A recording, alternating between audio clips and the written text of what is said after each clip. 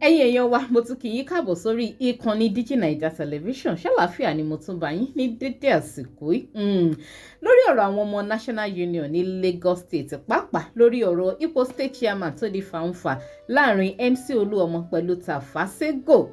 ọ̀rọ̀ wọn ó sì ń tẹ̀síwájú wọn ò tí ì lodò lọ sinmi lórí ẹ̀ and lọ́wọ́ yìí Alhaji Wasiu Ayinde K1 the ultimate òun la tún rí táwọn náà tún ṣe kíni tí wọ́n tún fi ohun ìkìlọ̀ ránṣẹ́ sí gbogbo àwọn tó ń dìtẹ̀ Oluomo tí wọ́n sọ wípé gbogbo wọn làwọn mọ̀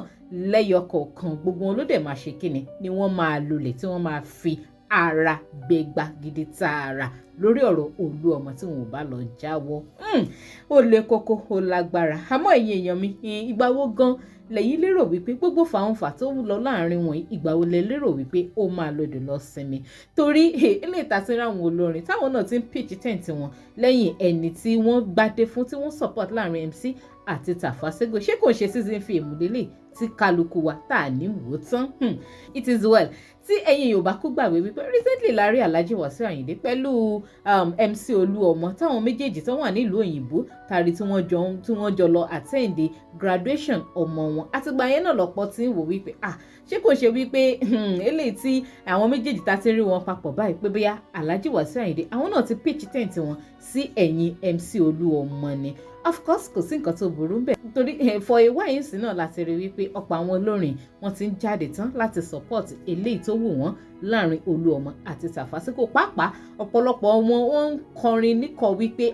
wọ́n ń dìtẹ̀ Oluomo ni wọ́n ń ṣàbòsí ẹ̀ ni wọ́n ń dalẹ̀ ẹ̀ ni àmọ́ tó bẹ́ẹ̀ jù bẹ́ẹ̀ lọ ìgbà wo gan ni gbogbo fàǹfà gbogbo rògbòdìyàn ló tó fẹ́ lòdò lọ sinmi kí nǹkan tí mò ń sọ kó bàa lè yẹ̀yìn èèyàn wá yékéyéké ẹ jẹ́ ń gbé fọ́nrán Alhaji Wasiu Ayinde wọlé kéyìn náà gbọ́ gbogbo àwọn ohun tí wọ́n fi ń kọrin kí Oluomo nínú ẹ̀ tó ń gbé tràbàyé tó náà sì ń ṣe kíni tó ń bá wọn fi ẹ̀mí bá lọ ẹ jẹ́ ká jìjọ wo fọ́nrán yìí kẹ̀dẹ̀ máa bá mi fi opinion yín lórí ọ̀rọ̀ yìí sí kọ́mẹ̀ntì òun rèé ẹ jẹ́ ká jọ wò.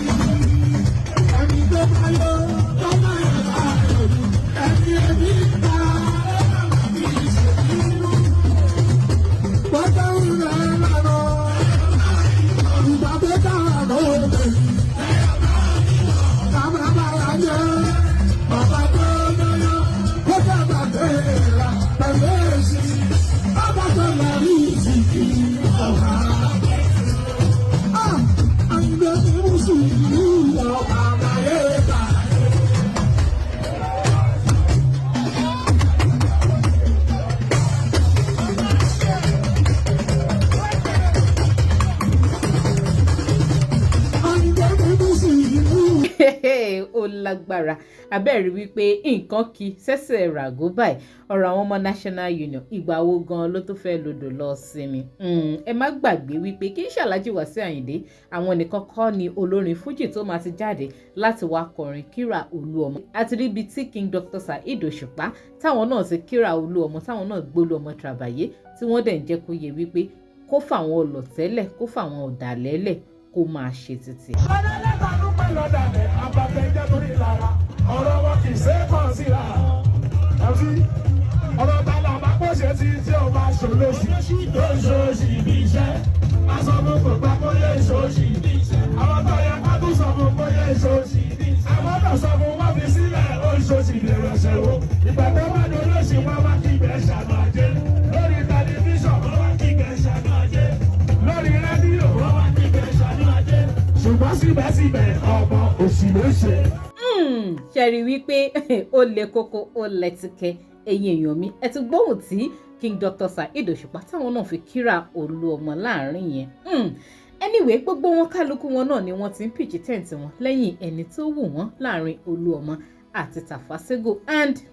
kò sí ní tó burú ń bẹ̀ ná actually nítorí wípé gbogbo náà la mọ̀ pé Oluomo close mọ́ ọ̀pọ̀ nínú àwọn gbajúmọ̀ olórin fújì yìí dáadáa tó sì ṣe wípé tóun gan bá dágbére wọn ó máa ń náwó ó máa ń nára dáadáa tààrà gidi ni so kò surprise a lot of us wípé a rí tí àwọn tó gbajúmọ̀ láàrin àwọn olórin fújì tí wọ́n pitch tent wọn tí wọ́n dẹ̀ ń kọrin kíra Oluomo nísìn kálukú wọn ló ti ń pitch tent wọn kódà àti rata wẹ́wẹ́ gan tóun náà jáde tóun náà kọrin kíta Sego àmọ́ tó bẹ́ẹ̀ jù bẹ́ẹ̀ lọ ìgbà wo gan lẹ́yìn èèyàn mi lérò wípé gbogbo rògbòdìyàn yìí ó máa lòdò lọ sí mi ẹ má bá mi fòpínìyàn yín lórí èsì kọ́mẹ́ǹtì ẹ má gbàgbé láti máa bá mi follow DIGINAIJA online lórí Facebook link tó wà ní comment section video yìí mo máa gbé yín lórí Facebook page wa fún gbogbo ẹ̀yin tẹ́ bá ṣẹ̀ ń darapọ̀ mọ́ mi and náà lórí YouTube ẹ dákun ẹ má bá mi click lórí subscribe button tó wà lábẹ́ fọ́nrán yìí ẹ máa like and share ètò kó máa lọ lórí ayélujára kémi àti yín ká tó pàdé láyọ̀ àti àlàáfíà ó dàbọ̀.